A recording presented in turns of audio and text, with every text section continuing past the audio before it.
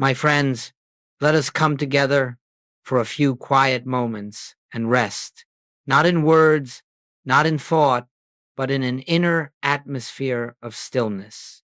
For unless we enter this silence, everything we say about spirit remains only theory.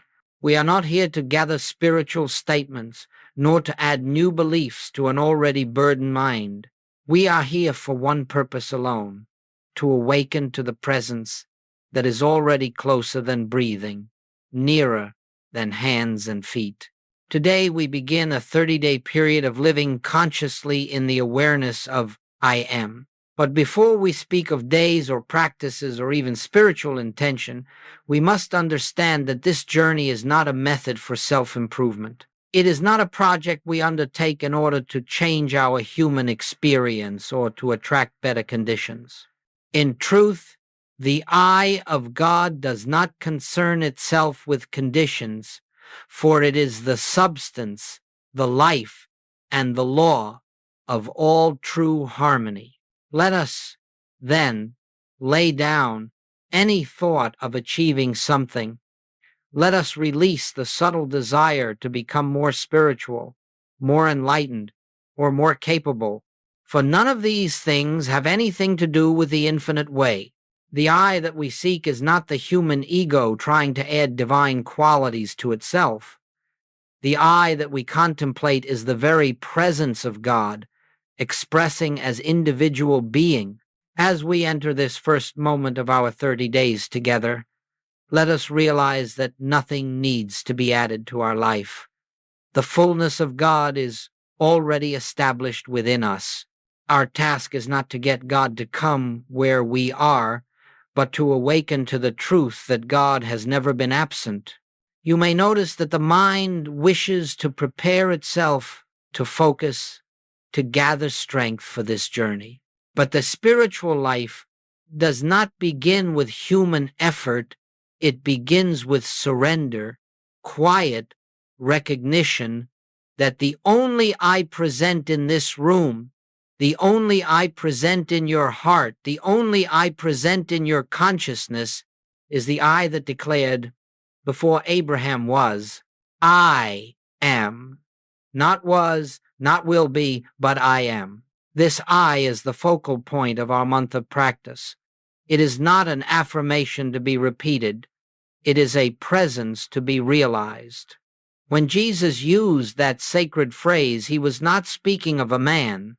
He was revealing the divine identity that functions through all true spiritual activity. And so, when we speak of 30 days of living from the I am, we are not giving the human mind something to claim. We are simply opening ourselves to the awareness of what has eternally been true.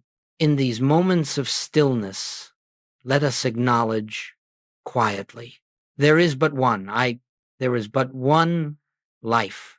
There is but one being appearing as many forms, and the life that beats your heart, that breathes your breath, that animates your consciousness, is that same infinite I expressing itself.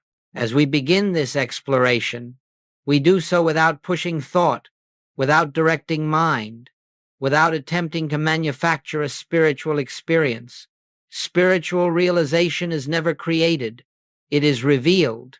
It appears when the personal sense of self grows silent enough for the deeper presence to make itself known. So, for this introduction, let us gently relax into the awareness that the I with which we begin these 30 days is not something we will try to understand. It is something we will witness. As the sea rises of its own accord, as the sun illuminates without request, so the I am will reveal itself when we enter the atmosphere of stillness. There is nothing to strive for, nothing to attain. Simply rest for a moment in the recognition. Here I am, Father, open, receptive, without desire, without fear, waiting upon thy voice. This is the beginning of our journey, not a journey toward God, but a journey away from the belief that we have ever been separate. This is not a path of acquisition. It is a path of remembrance. And so, with quiet hearts, we begin. Let us continue now in the same atmosphere of quietness. For unless we remain in this stillness, the mind will always attempt to grasp spiritual truth with its own understanding. And spiritual truth is not something the mind can hold. It is something the spirit within us reveals when we are receptive and still. We turn our attention to the nature of the I am. This sacred I is not a thought, not a concept, and not a statement of human identity. It is the very presence of God announcing itself.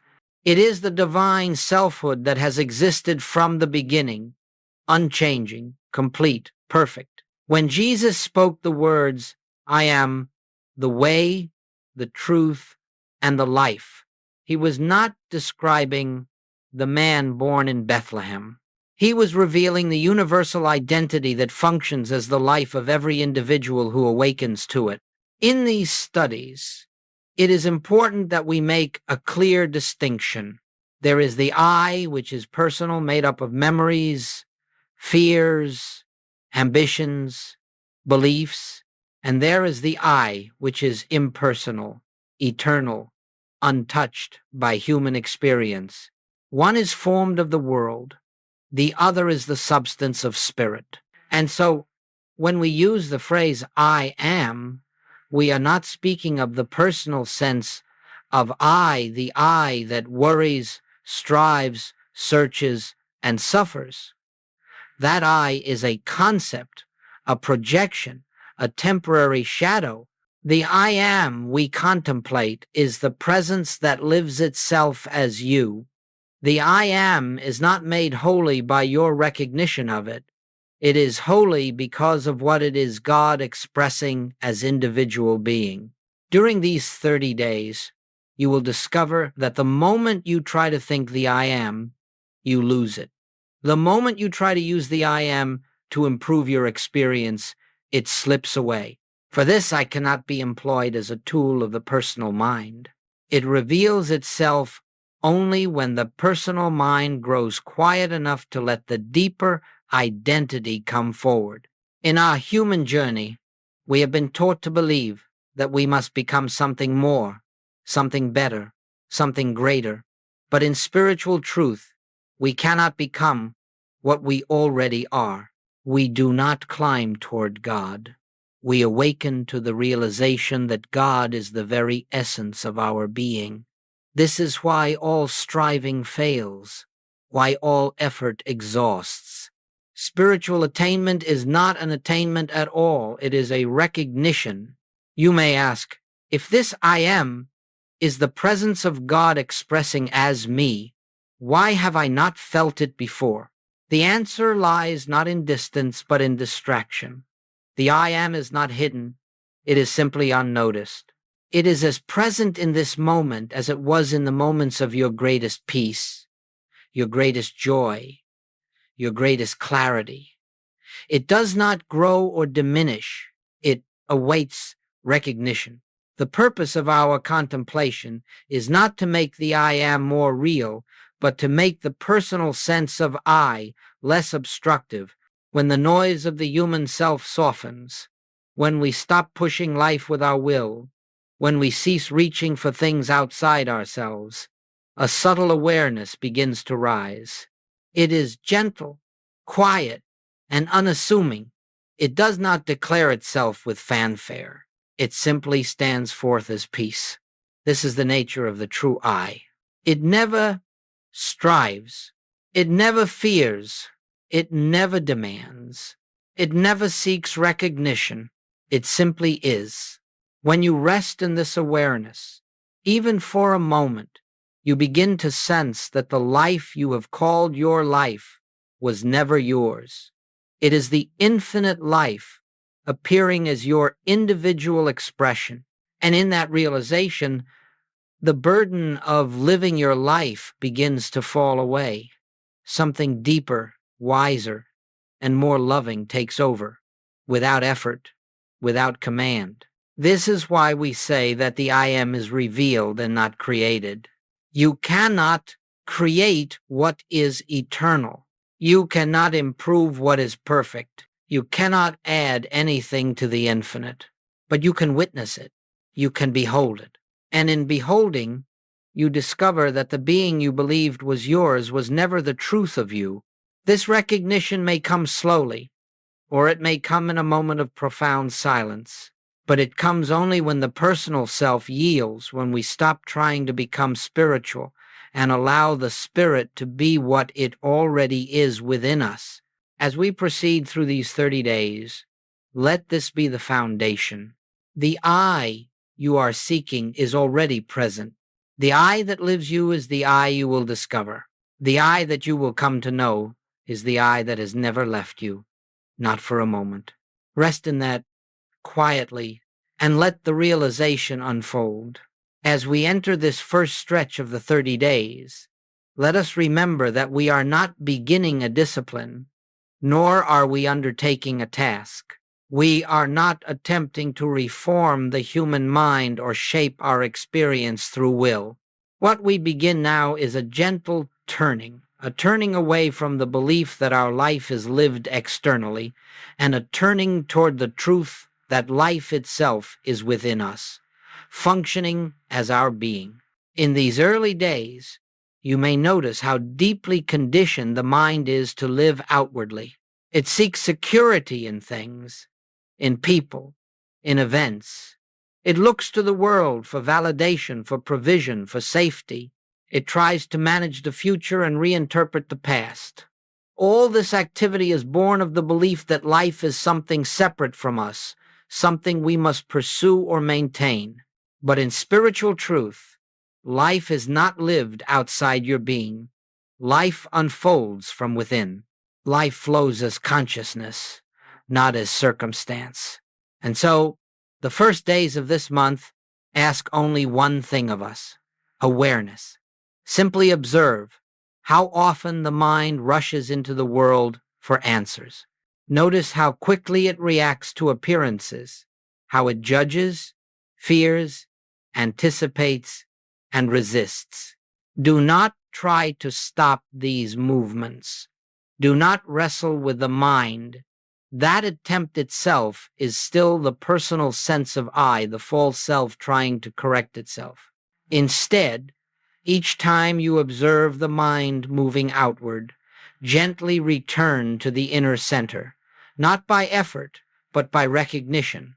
Let the inward turning be soft, like resting your head upon a pillow. Let it be as natural as closing your eyes after a long day. And as you turn within, you need not think, nor affirm, nor search. Just behold, here I am. This simple recognition, unstrained, unforced, is the beginning of opening the door to the deeper I. During these early days, it may feel as though nothing is happening.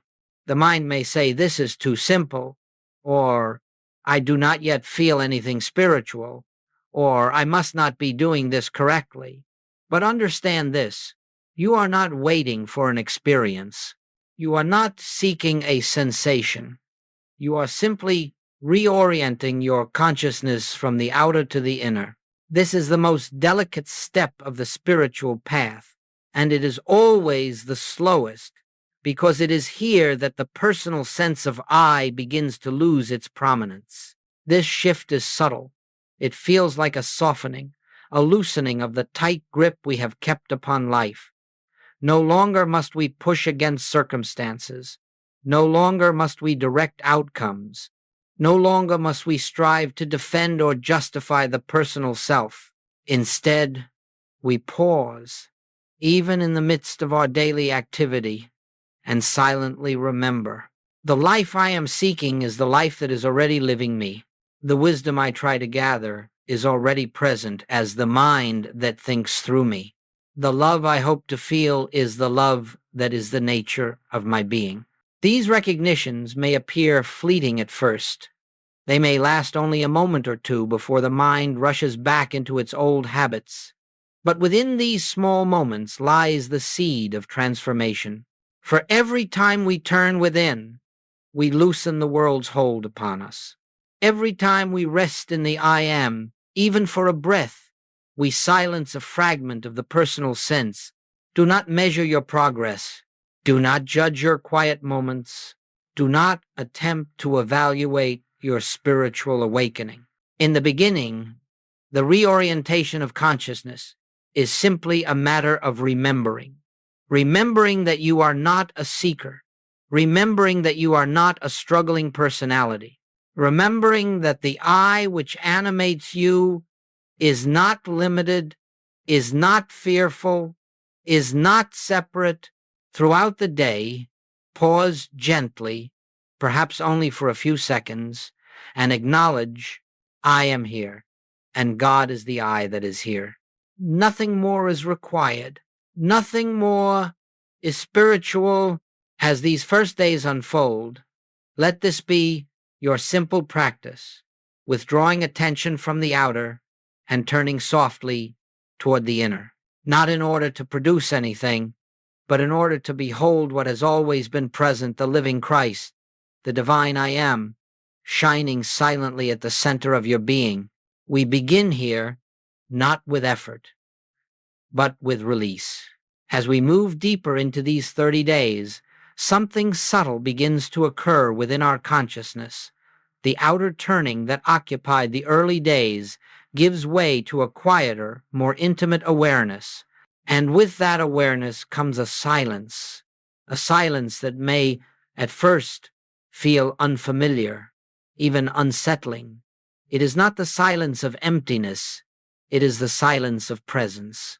It is the silence that remains when the personal sense of I begins to loosen its grip. For many, this stage feels like standing at the edge of a great stillness, unsure of whether to step into it. The mind, long accustomed to noise and movement, does not readily trust quiet. It wonders, is this enough? Should I not be doing more? Should I not be praying more, thinking more, understanding more? But the spiritual life does not grow through more. It grows through less effort, less interference, less reliance on the personal mind. During these middle days, you may sense a kind of emptiness within, not because something real has been taken from you, but because something unreal is beginning to dissolve. The personal self, the self that has struggled, feared, defended, and sought, begins to lose its authority. Its voice grows softer. Its impulses lose strength. And in that quieting, a deeper awareness begins to emerge. This can feel strange because we have lived so long believing that this personal self was our identity. We believed its fears were our fears, its desires were our desires, its struggles were our struggles. But as we rest more frequently in the I am, the unreality of that self becomes more apparent. It begins to fade like a shadow in morning light. Its opinions, once so loud, now seem shallow. Its urgencies no longer command the same obedience. Do not be alarmed by this. Do not be disturbed if you feel as though something is slipping away. Nothing real can be lost. Only the false self, the self made of memory, habit, and conditioning, begins to dissolve. And as it dissolves, there is a sense of being unanchored, as though the ground beneath you has shifted. Yet what is actually occurring is not a falling away, but a rising into truth. At this stage, the silence takes on a new character. It is no longer the silence of effort, of trying to be still. It is the silence that arises naturally when the inner burdens begin to fall away. It is a silence that is not empty, but full of presence, full of peace, full of a quiet assurance that does not depend on human logic. This is the silence that Goldsmith described when he said that spiritual truth is heard not in the mind, but in the soul. You may also notice that the world seems somehow less solid. The criticisms of others carry less weight. The conditions around you feel less threatening. Even your own thoughts lose their urgency. This is not indifference. It is freedom. It is the dawning realization that appearances do not define reality. The I am that you are beginning to sense is untouched by conditions. And as your awareness shifts toward that I, your relationship with the world changes. You might find that this inner quiet brings with it moments of discomfort. The mind may resist the loss of control. It may try to reassert itself, insisting that something is wrong or missing. But understand this: the discomfort is not the presence withdrawing. It is the ego losing its dominance. It is the old identity struggling to maintain its illusion of power. The silence that frightens the ego is the very atmosphere in which the true self reveals itself. Do not fight the discomfort. Do not attempt to push it away or interpret it. Simply observe it and then rest again in the quiet recognition. I am, not as a mantra, not as a thought, but as a presence that stands behind the mind. I am. This is the anchor that carries you through the dissolving of the old self. The life that does not tremble, the identity that does not change. As the days continue, you will notice that this silence begins to feel more like home. What first seemed unsettling becomes comforting. What once felt empty becomes full. And what once seemed like losing yourself becomes the discovery of your true self, not the self you imagined, but the self that is eternal, unchanging, and whole. This is the sacred work of the middle days. Not dramatic, not emotional, not filled with visions or sensations.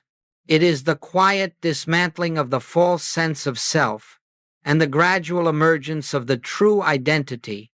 This work cannot be hurried. It unfolds in its own rhythm according to the receptivity of the soul. But every moment you spend dwelling in the I am, even if briefly, nourishes this unfolding. Be patient with yourself. Be gentle with the process.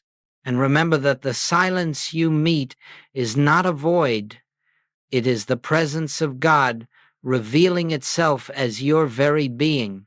As we continue through these 30 days, something begins to reveal itself quietly, without fanfare, without outward signs. It does not announce its arrival, yet it becomes unmistakable.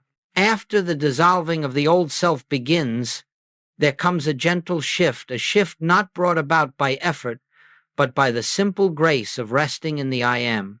This shift is not dramatic. It is not a sudden burst of spiritual revelation. It comes in small moments, like soft waves touching the shore. You may begin to notice that circumstances which once troubled you no longer have the same hold. The opinions of others, which once seemed so important, now pass through your awareness with less resistance. Decisions that once required great deliberation now arise with a quiet clarity. There is a sense of being moved rather than pushing life forward. This is the natural effect of living without effort. It is the fruit of allowing the personal sense of I to step aside.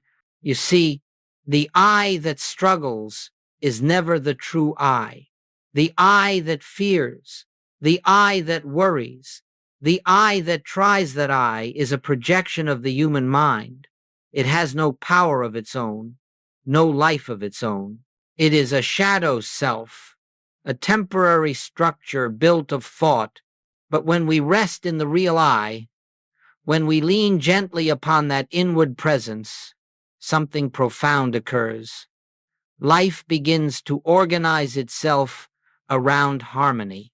This does not mean that every outer situation suddenly changes.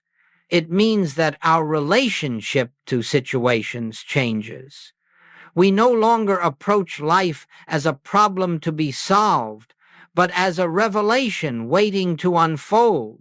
And because we are no longer trying to manage outcomes, the natural order of spirit becomes visible.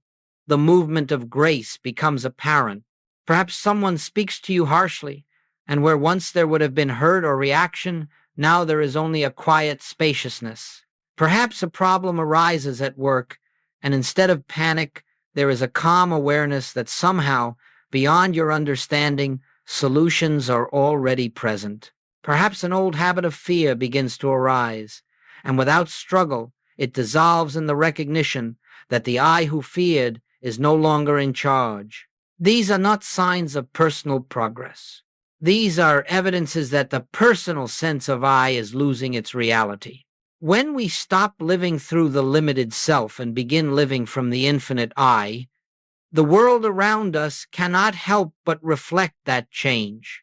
Not because we have manipulated the world through thought, but because consciousness is the substance of experience. And when consciousness shifts, experience follows gently, naturally, without strain. At this point in the 30 days, many discover that prayer has changed. It is no longer a reaching outward. It is not a request for intervention. It is not a hope for better conditions. Prayer becomes a listening, a quiet, resting in the awareness that the presence is already here, already active, already fulfilling its own nature. And in this listening, we begin to perceive that harmony does not come to us from outside. Harmony arises from within us, because harmony is the nature of the I that lives us. Healing begins to occur not because we seek healing, but because the false sense of separation, which is the root of all discord, is dissolving. You may find that small blessings appear unexpectedly, not because you prayed for them, but because you are no longer obstructing the flow of grace. A long-standing tension may ease. A relationship may soften. A creative insight may come without trying to think your way to it. These are not miracles in the common sense. They are the natural activity of divine law operating without interference. It is important to remember that these inner shifts are not something you produce. They arise of their own accord when you stop attempting to direct your life. They arise when you give up the belief that you must hold your world together. The true I, the I am, holds all things in perfect balance. In this stage of the journey, living becomes lighter, not easier in terms of circumstances, but lighter in consciousness. You feel more spacious within, more at rest. The world has less of a claim upon your emotions.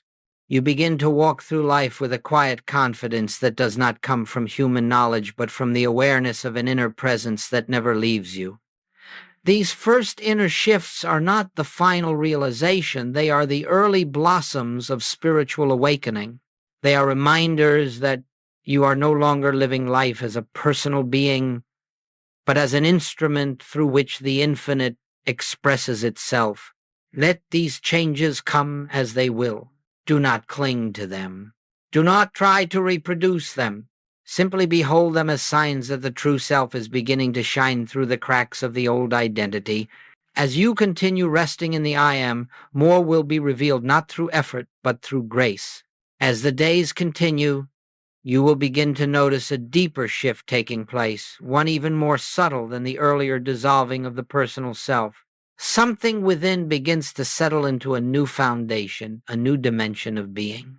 You find that you are no longer living on the surface of life, carried here and there by events, reactions, and appearances. Instead, you begin to live from a quiet center, a center that does not move, does not change, and does not depend upon the outer world. This center is not created by your effort. It is not the result of discipline or spiritual training. It is the natural state of your being revealing itself as the false layers fall away.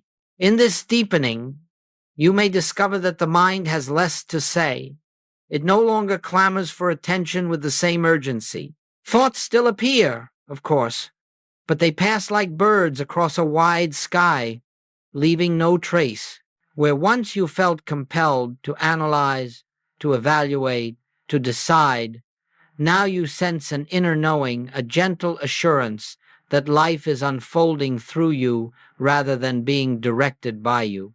It is here that one of the great principles of the infinite way begins to take root within your consciousness. Take no thought for your life. This does not mean carelessness or neglect. It means that the source of guidance is no longer the personal mind, but the inner presence, the I that is God expressing as you. When this realization begins to dawn, you feel less pressure to control circumstances. You no longer believe that your well-being depends on what the world does or does not do. Instead, you begin to feel the rhythm of spirit moving through your experience, arranging, guiding, harmonizing without your intervention.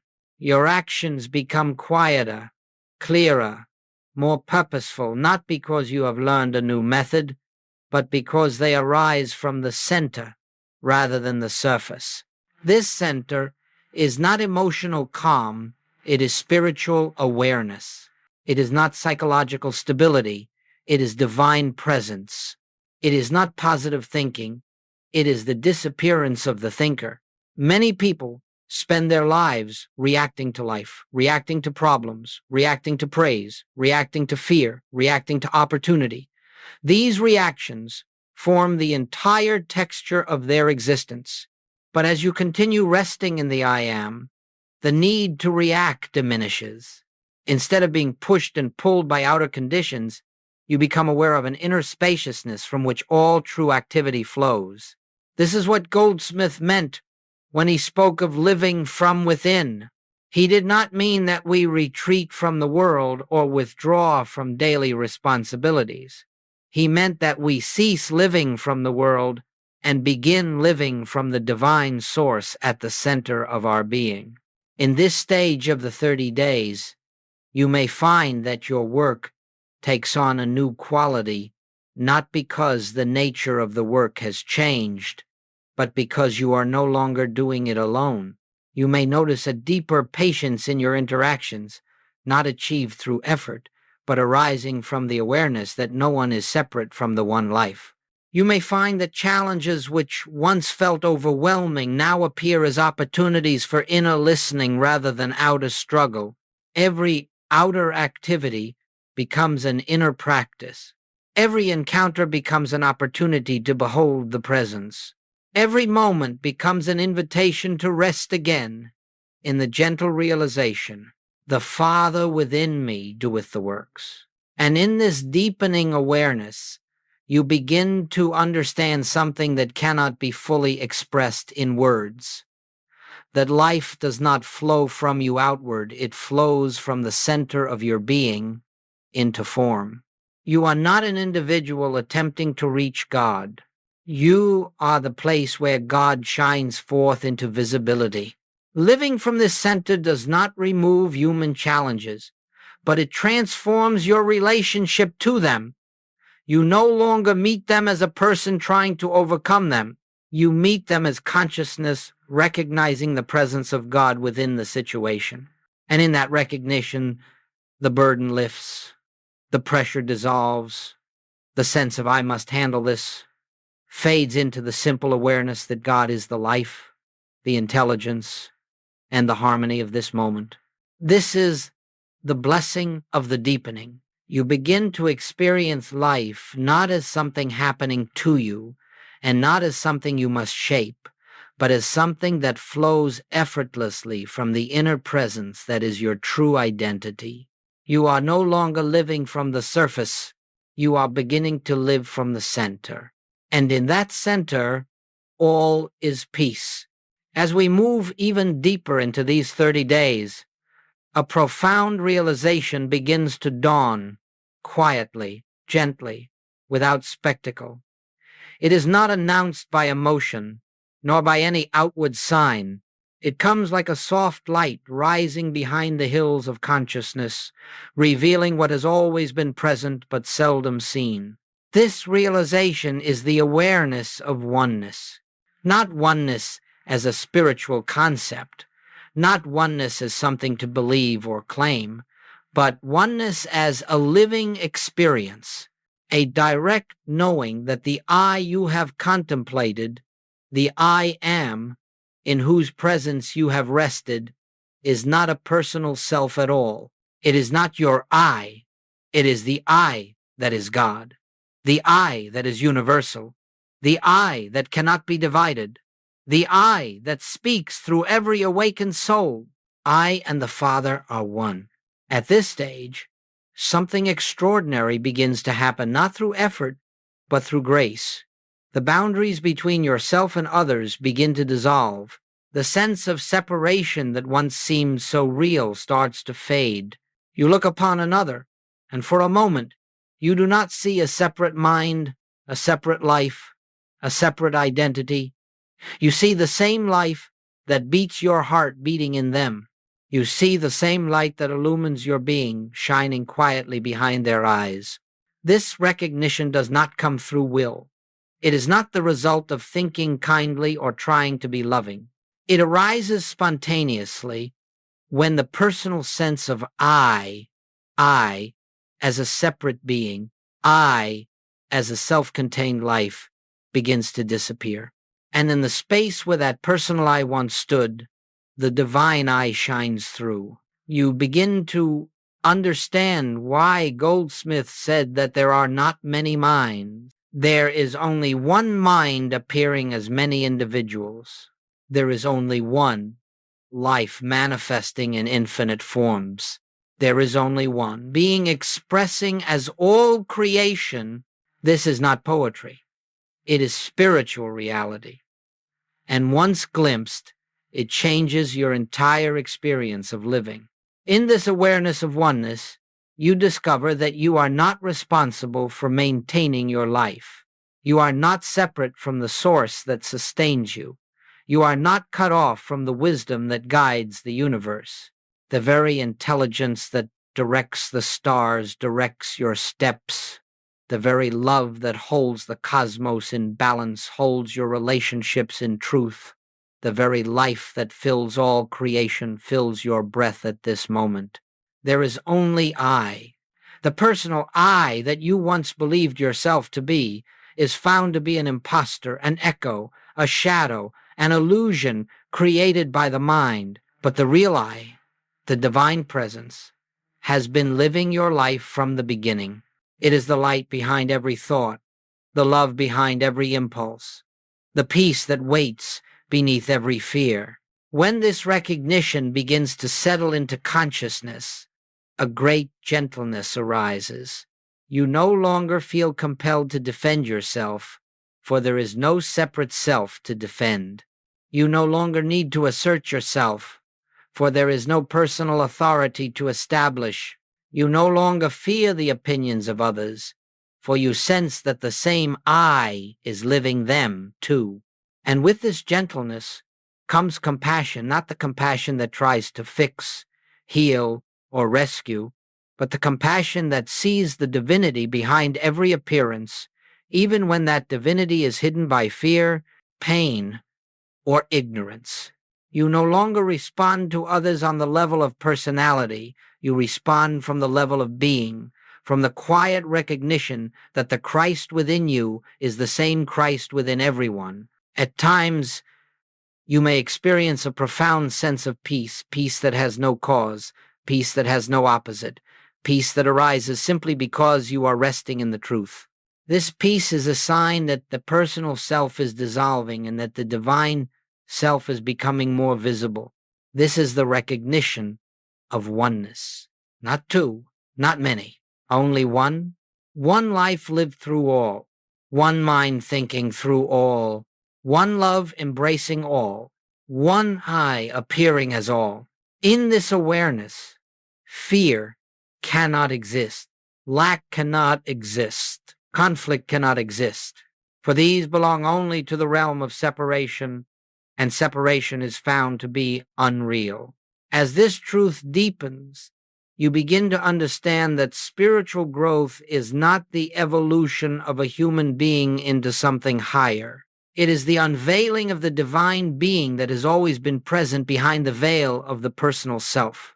The personal I disappears, the divine I stands revealed, and in that revelation, all is well. As this month of living in the awareness of I am unfolds, a natural question arises. How do we return to the activities of daily life? How do we work, relate, decide, speak, and act while maintaining an inner realization of oneness? The answer is far simpler than the mind imagines. We do not return to life as we lived it before. We do not take this spiritual awareness and apply it to the outer world. Rather, we come to understand that the outer world is the expression of the inner state of being, and so the daily life itself begins to flow from a new center. During these 30 days, as you have rested in the I am, something profound has taken place within you. You may not fully recognize it yet, but you have shifted the point from which you live. You have loosened your identification with the personal sense of self and have begun to taste what it means to live from the divine center. In this new awareness, action no longer comes from effort or planning or will. It comes from a quiet inner prompting, a gentle movement that arises from within and expresses itself outwardly without strain. You will begin to notice that the way you work changes not because the tasks are different, but because the doer is different. Where once work may have felt like a demand placed upon you, now it becomes an opportunity to witness the activity of God expressing through you.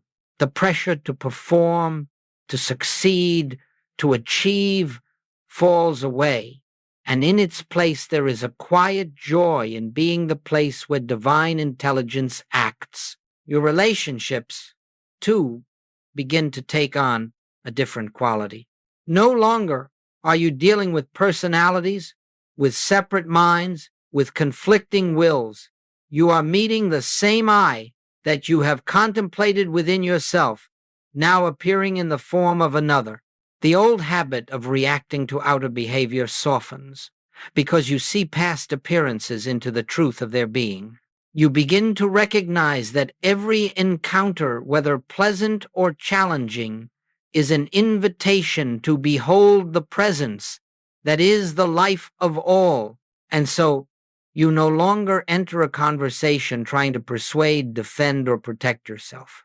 You enter it quietly as an instrument, allowing the inner wisdom to reveal what needs to be said or to hold silence when nothing is required. In this way, your actions cease to be personal.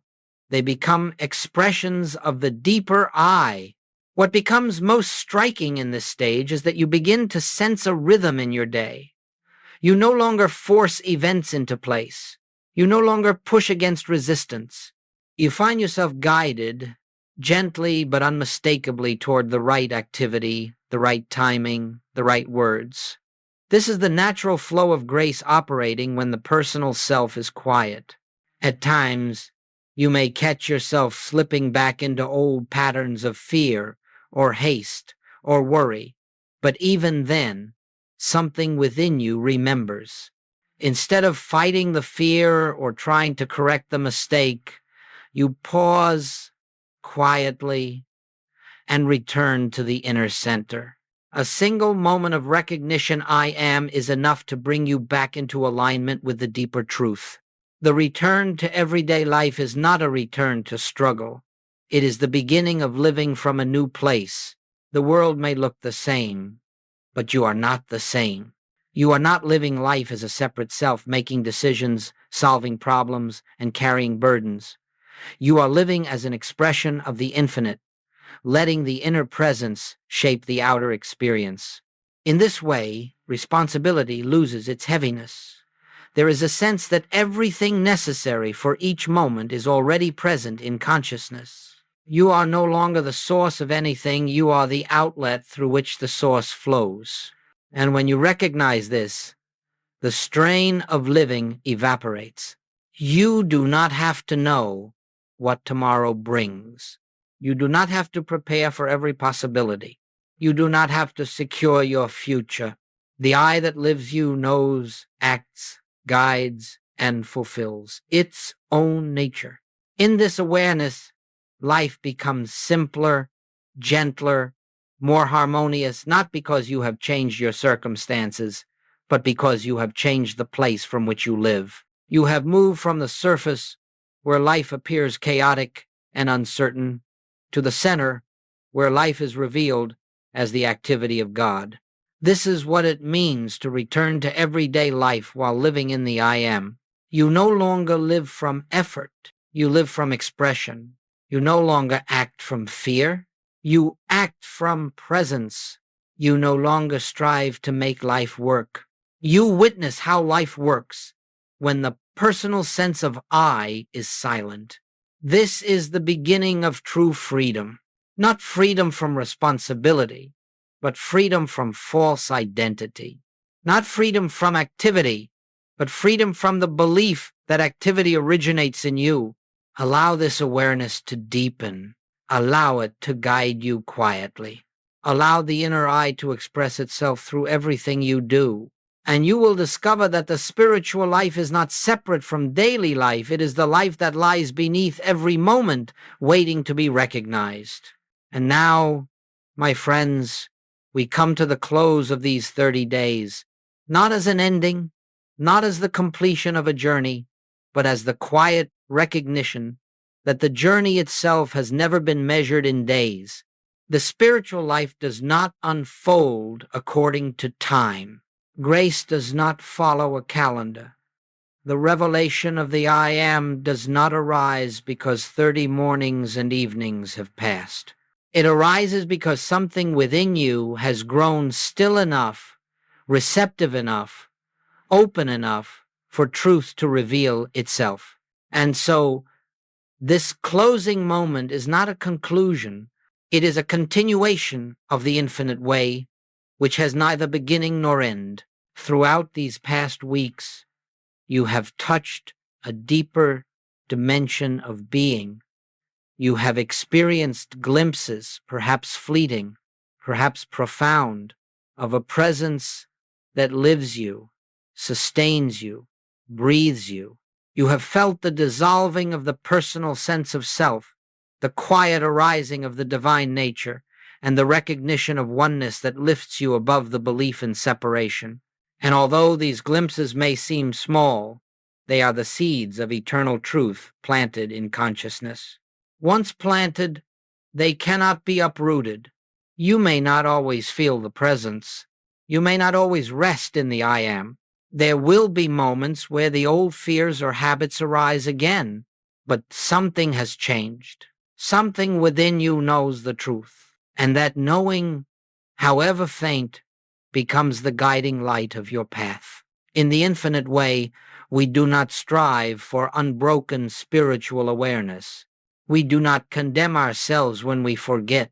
We simply return again and again to the quiet recognition that the I which lives us is ever present, ever complete, ever whole.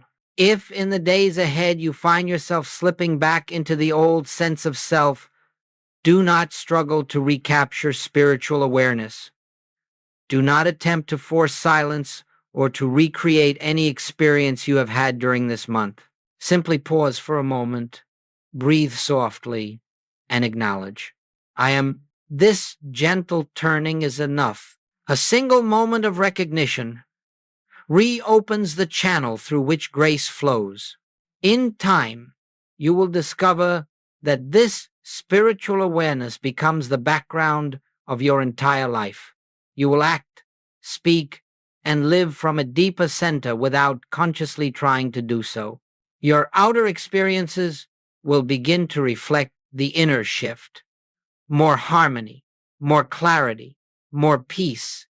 Not because you have mastered spiritual techniques, but because you are no longer living as a separate self. Living from the I am is not a practice. It is not a discipline.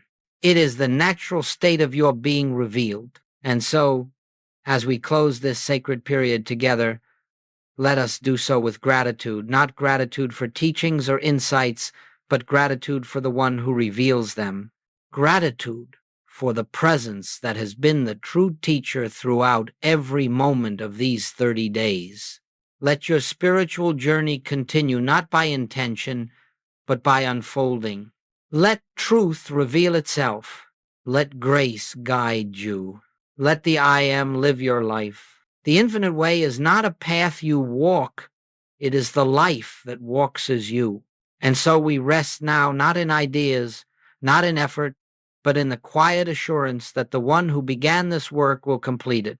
Not through your labor, but through its own nature, its own light, its own infinite love. Let the presence go before you. Let the presence remain with you. Let the presence be the eye of your being. And in this awareness, all is well. All is complete. All is God appearing as your life.